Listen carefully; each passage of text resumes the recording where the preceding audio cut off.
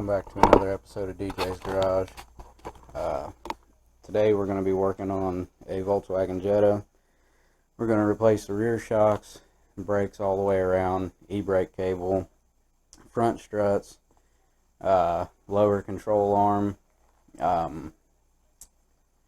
and a few other little miscellaneous things that I can't think of off the top of my head. So let me just show you what all we're working with here. Dang, the lighting's poop. Anyway, so we've got, oh man, that's probably about 30, 40, 50 pounds. Hard to hold just straight arming it. Alright, that's the front strut with the coil spring, everything. Whew. I cannot hold that for very long with one hand. Whew. Jesus. And then lower control arms as well for the front end. We've also got, whoops, I'll set that over there for now. We've also got front rotors. Okay, so anyway, these are rotors. Come back here. Here's the brakes. All the brakes. Actually, I lied to you. They didn't buy rear brakes. Those are front brakes. Okay, good.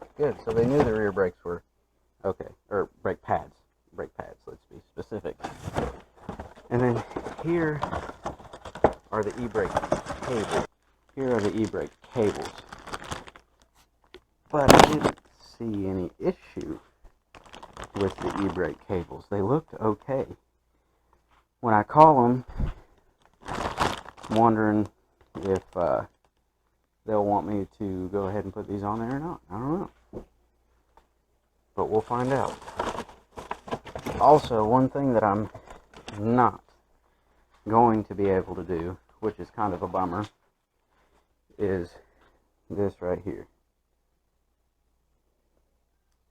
I'm trying to see if it'll focus well enough for you to read that. Anyway, these are front wheel bearings, but as you can see, I do not have a press. I don't have an arbor press. I had an arbor press, but I was trying to press stuff that was well over its capabilities and I broke it. Also, oil filter, do an oil change on it. But heck, by tomorrow afternoon, everything that I can do with this car will be done. I can call them up, give them the go ahead to come get it, let them know what I could and couldn't do. That was weird. I'm trying out a new camera again. But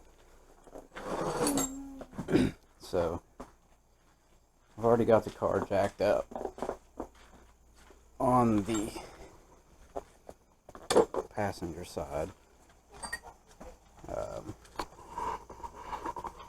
So let's set you guys up. Alright, so that right there is what we're going to be replacing. So we're going to get this tire off. Look at the size of that cricket. Where? Holy cow, I'm gonna catch it. Well, that's a grasshopper, that's not a cricket. I'm gonna catch it. Get it. Did you get it? Yeah. Eat it. No! Eat it. Yeah. Alright, so let's get this tire off. These lug nuts take a very large hex. Luckily I had one because when they dropped it off they didn't specify whether or not they had one, and I don't want to go snooping around. By the way, this is not my car. I also need to get permission from them before I post any videos or anything, but I figured while I was working on it I could make videos, so that's what we're gonna do.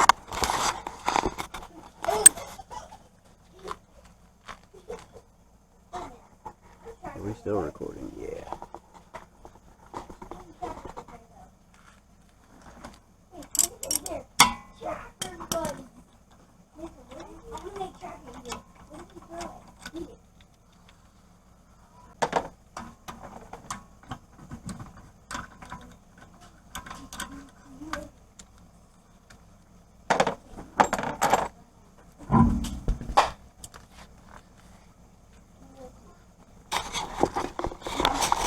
thing that I want to point out, just so you guys might be able to, well, the camera's not picking it up, but when you have a bad rear shock like this whole boot is shot. I don't know if you guys even picked that up, but this is actually supposed to be up there, and it's not. But when you have a bad rear shock, it doesn't keep your tire planted as you hit bumps. It allows it to bounce around. You get like a wave in your tire, and it doesn't wear correctly. This one's got it just a little bit, not bad though. It's got a little bit of this going on, but that's just because the tire was never planted while it was being driven. It was constantly doing this number down the road, and it causes a lot of issues. But the life of this tire is about gone, really. I mean, it's at the wear bars. It's still got some life in it, but not much. So what we'll do is we'll just set that off to the side, and this guy right here is what we're going to be changing, and then this guy down here is the e-brake cable. We're going to be swapping those out. Probably won't get to the e-brake cable tonight just because it's late. Heck, the rear pads look really good, actually. I might get a hold of them and see if they want them changed, because they're in pretty dang good shape, to be completely honest. Like, they don't look bad at all. But let's get after this shock change. So what we're after, I don't know if you guys will be able to see that or not. No, I'll get a light here in a minute. But okay, you'll take a bolt loose from the top and a bolt loose from the bottom, and you can take your shock out. Not on a Volkswagen. On a Volkswagen, you actually have a strut mount with 2 bolts in it, and then from the top there's a bolt that bolts the shock to the mount. So you have to take the mount off with the shock, and then take the shock off the mount, put the new shock on the mount, and then put the mount back on. So little different, but not too bad. So let me grab some tools and we'll get after it. Alright, so we've got the old shock removed. Now this is what I was talking about at the top. So it bolts up in there like this, with a bolt right there and a bolt right there. And then the shock bolts to this right there. So you've got to take the shock out. That doesn't look good. That might be a problem. If you look, that's actually welded on there. We might have a problem. But as you can see, this shock is junk. It falls down on its own. There's nothing left to that shock. It is toast. It's gone. Now, the problem, here's the second problem. This boot right here does not come with the new shock, because that is not meant to be replaced. Alright, so here's the new shock. Here's the old shock. This boot right here is attached to your mounting bracket, is what I'm going to call it. I don't know the specific term for that.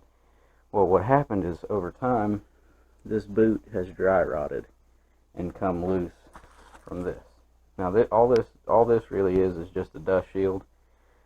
So I'm going to get with the owners of this car and let them know what's what with this, because I mean it's not a make or break deal. It just keeps a lot of the dirt and dust out of your actual piston here, right there, which saves, you can't see it right now, but anyway, it saves the seal.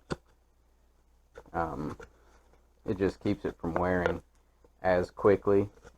But underneath that boot, there's also a rubber bushing that sits right here around this. So really, you've got double the protection. That's going to sit down here at the bottom anyway and cover that seal.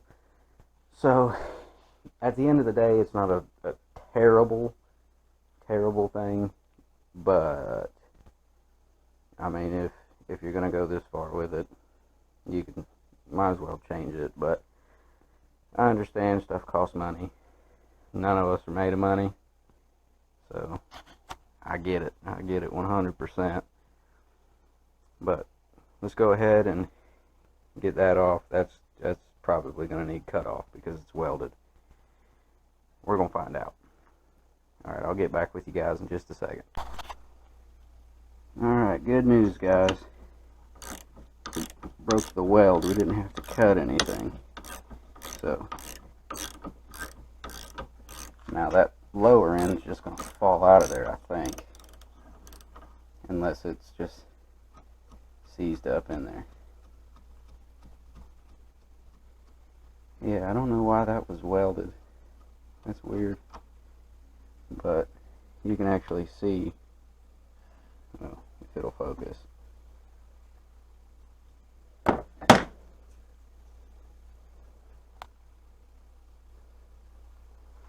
Focus, focus, focus. But anyway, you can actually see where it was welded right there. We did get it to break, and you can see where it was welded there. So it should come out of there. I'm not sure if the upper end of it is threaded or what. Let me figure that out. I'll be right back. So here's the old shock, here's the new shock. Now, the old one was fairly rusty. I had to use quite a bit of lubricant to get it to come out. But these are the components. Okay, so you've got your strut,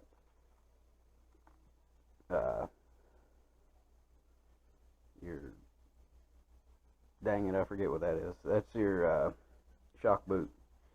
This is the rubber bushing on the inside that I was talking about that sits here against this seal, like this right here. Whoa, I about got the toes.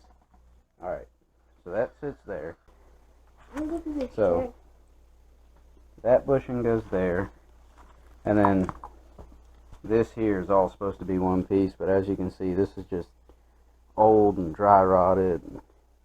But that's not the end of the world. It's not going to make or break the life of this shock, to be completely honest. Now, I know there's going to be somebody out there that says, oh yeah, it'll ruin the life of it. You might get 6 months less life out of this shock because of that right there.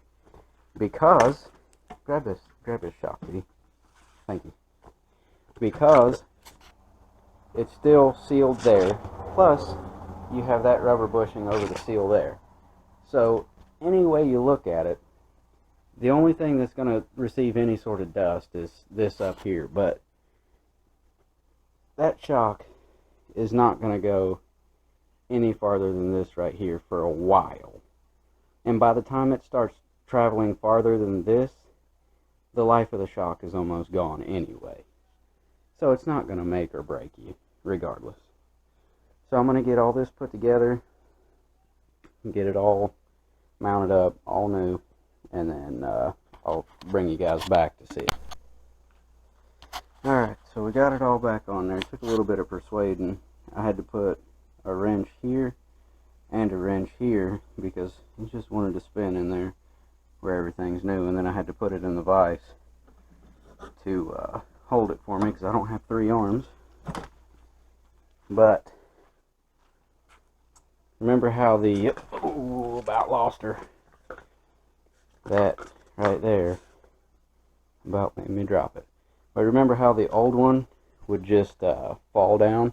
Now here's the new one. Now I got to put quite a bit of force on that, but it actually comes back up.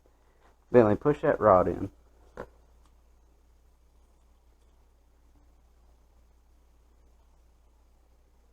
Take your thumb off of it. Now see, that one doesn't even try to come back up. That one was really bad. So this one's done. We're going to put it in the car, and I don't know if you guys will be able to see this or not, but this right here is the e-brake cable. It also is in great shape. So either this caliper just is not working, or, well, I know it's working because you can feel the grooves in the rotor from just wear and tear over the years. But it feels fine. Like it's not to the point where it needs a new one. But those pads look awesome. The e-brake cable right here also looks great.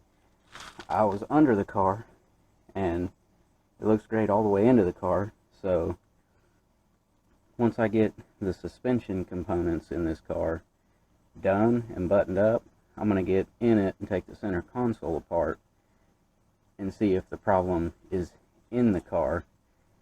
I'm thinking that they can probably take their cables, their e-brake cables, back and get their money back, because I don't see any wear on these cables. I think it's just an adjustment in the car. Either that or the cable slipped off the bracket in the car.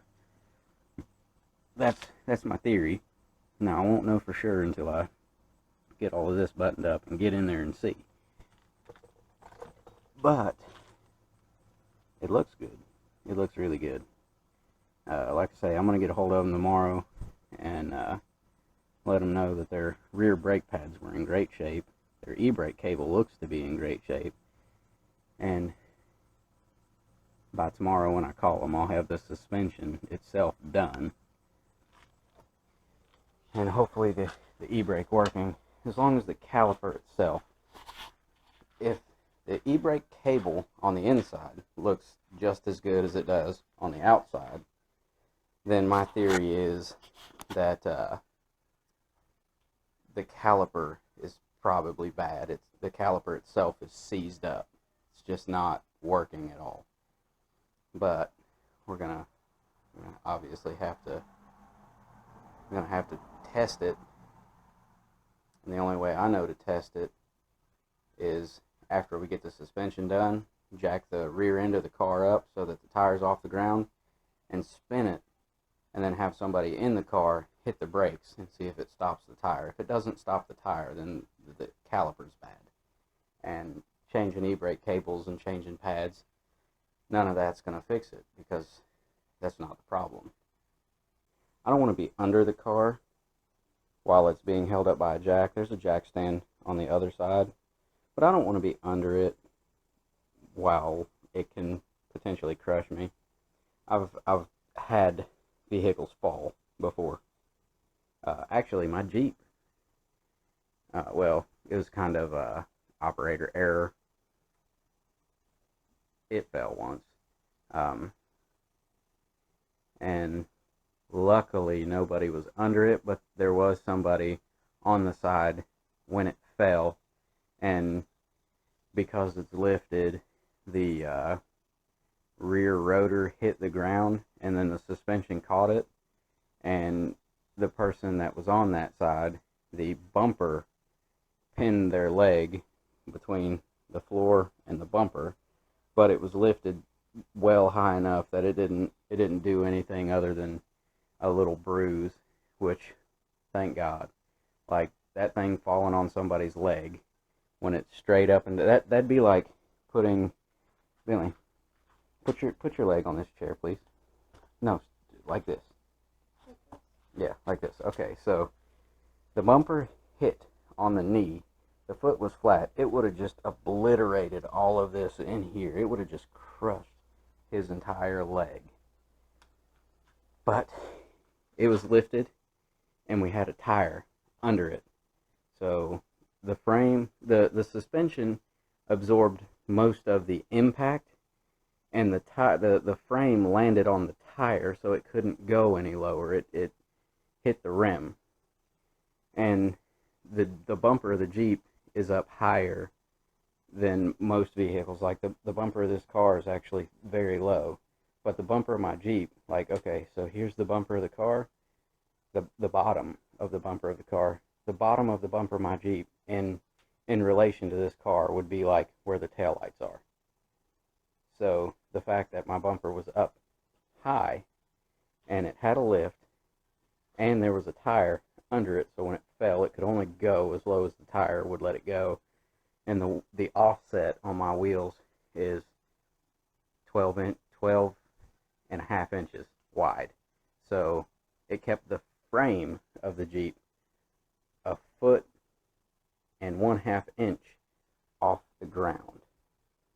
Plus, where it had the lift, the suspension components and the axle hit the ground, absorbed most of the impact. So as it was falling the rest of the way, it wasn't as hard of a hit when it actually made contact with said person's leg. So I don't like getting under stuff. I know that was a really long, just load of crap that you guys probably didn't want to hear, but I like to explain my failures to you guys so that you hopefully don't make the same mistake that I make, and hopefully maybe even save somebody's life. Like, sure, if the jack fails, the jack stand's still holding the car up. If the jack stand fails, the jack's still holding the car up. The possibility of them both failing at the same time isn't very likely, but I personally am not going to put myself in that kind of situation. I'm not going to do it. I'm going to let it fall not on me. So that's just where I stand with this kind of stuff.